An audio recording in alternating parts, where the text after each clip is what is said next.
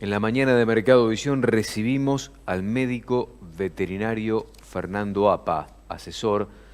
Entre otros lugares trabaja allí en Conecar y en este momento está allí en Carcarañá, en el sur de la provincia de Santa Fe. ¿Cómo anda, Fernando? Buen día. Buen día, Silvio. ¿Cómo estás? Feliz año. Igualmente para vos. Bueno, ¿cómo está la mañana allí en el sur santafesino? ¿Llovió en estos últimos días también? Llovió el lunes y hoy te digo que hoy a la mañana está fresco, está lindo. Veníamos con unos días la semana pasada medio complicado de calor y hoy es agradable, hay unos 20 grados de temperatura, hay un viento, una brisa, así que está lindo para andar por afuera. ¿Estaba Todavía se aguanta. haciendo falta el agua por la zona? ¿Las lluvias fueron suficientes o quedó medio pobre el reparto?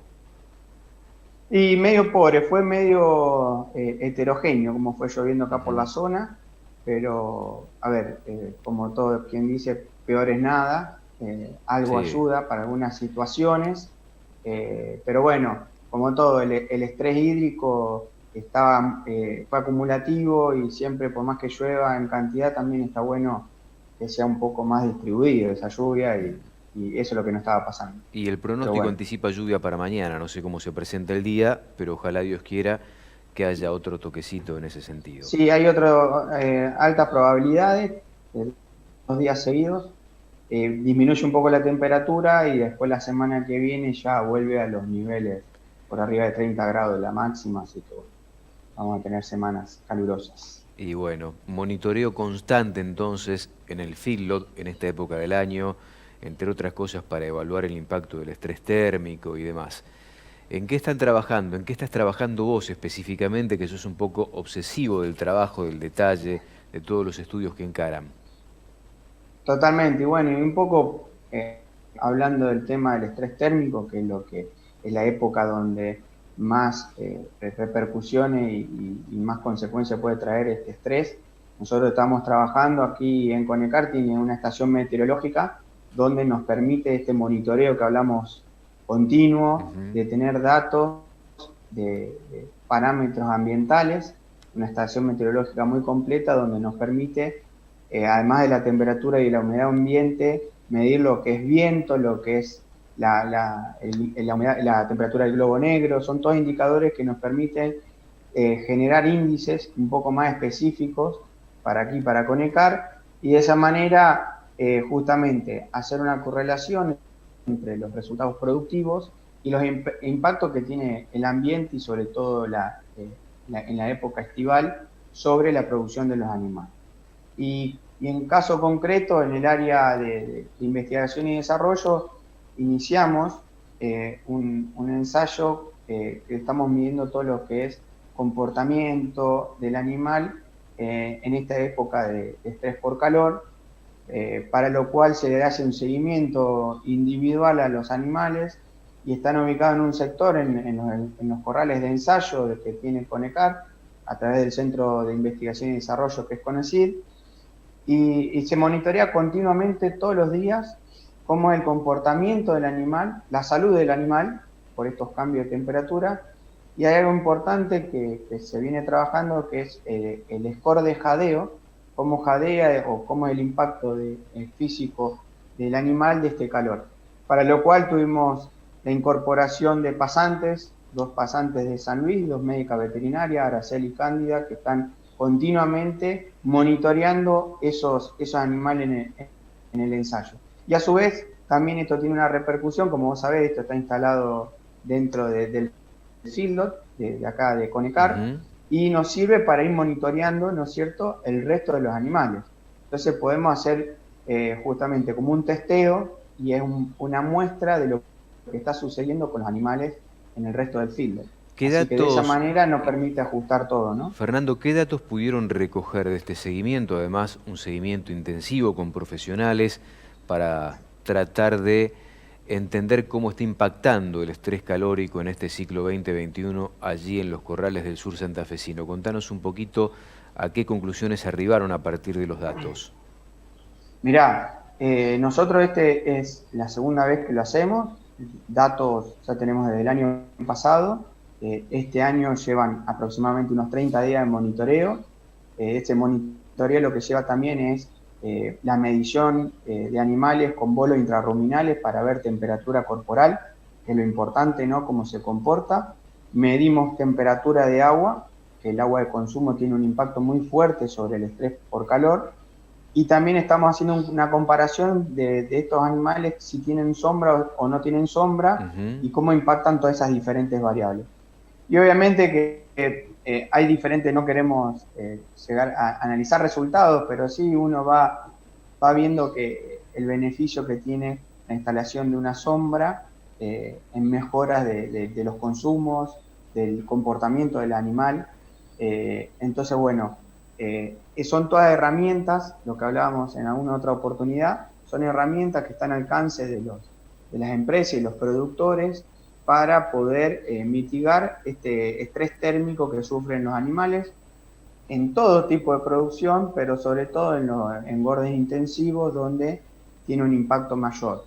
Para lo cual uno tiene que hacer un manejo integral, lo que siempre hablamos, de lo que es el bienestar animal, que engloba todo, con la superficie que le se da, de superficie de corral que se le da a cada animal, la superficie por bebida, que es algo importante, te lo nombraba, la bebida es fundamental para mitigar el estrés, los metros cuadrados de sombra que necesita cada animal para mitigar también ese estrés, y después en la parte nutricional, que es muy fuerte y se trabaja muy bien acá, lo que nosotros hacemos es desde la rutina de entrega de ese alimento hasta la composición de ese alimento para, obviamente, poder, lo que yo digo, mitigar ciertas cuestiones del estrés.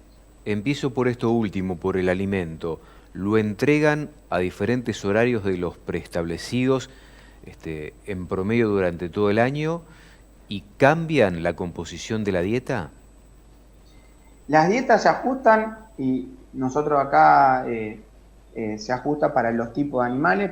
En la hotelería, en el field en general, donde vos tenés diferentes razas, que eso es importante también. Aquí hay muchos animales de exportación que son de razas índicas o cruzamientos, como en el caso de acá tenemos muchas razas Bradford, donde un animal de ese tipo de raza tiene mejor performance en época estival y soporta mejor el estrés térmico que una Aberdeen Angus. Resiste mucho más el calor, el impacto del calor. Resiste más el calor, y lo que uno ve en los fields, es decir, ve un animal, un Bradford o un cruza, como quien dice, a las 12 del mediodía está comiendo, mientras un Aberdeen Angus está retirado o cerca de la bebida o buscando la sombra para mitigar eso. Ese es como el monitoreo más brusco que se hace, que lo mirás inmediatamente en el corral. Es lo primero que se revela eso. Exacto. Y después lo importante de alimentación, nosotros es la estrategia del manejo de la nutrición, que tiene un impacto muy fuerte, es cómo se distribuye ese alimento en los porcentajes del día y en los horarios. Eso se modifica. Y siempre trabajando con la prevención, no cambiar el horario cuando ya tenés el problema del estrés por calor, sino empezar a trabajar con días previos, porque vos el impacto del estrés es acumulativo muchas veces, el estrés calórico. Entonces cuando ya ves una manifestación, quiere decir que ese animal ya vino acumulando carga calórica y te está manifestando esa alteración.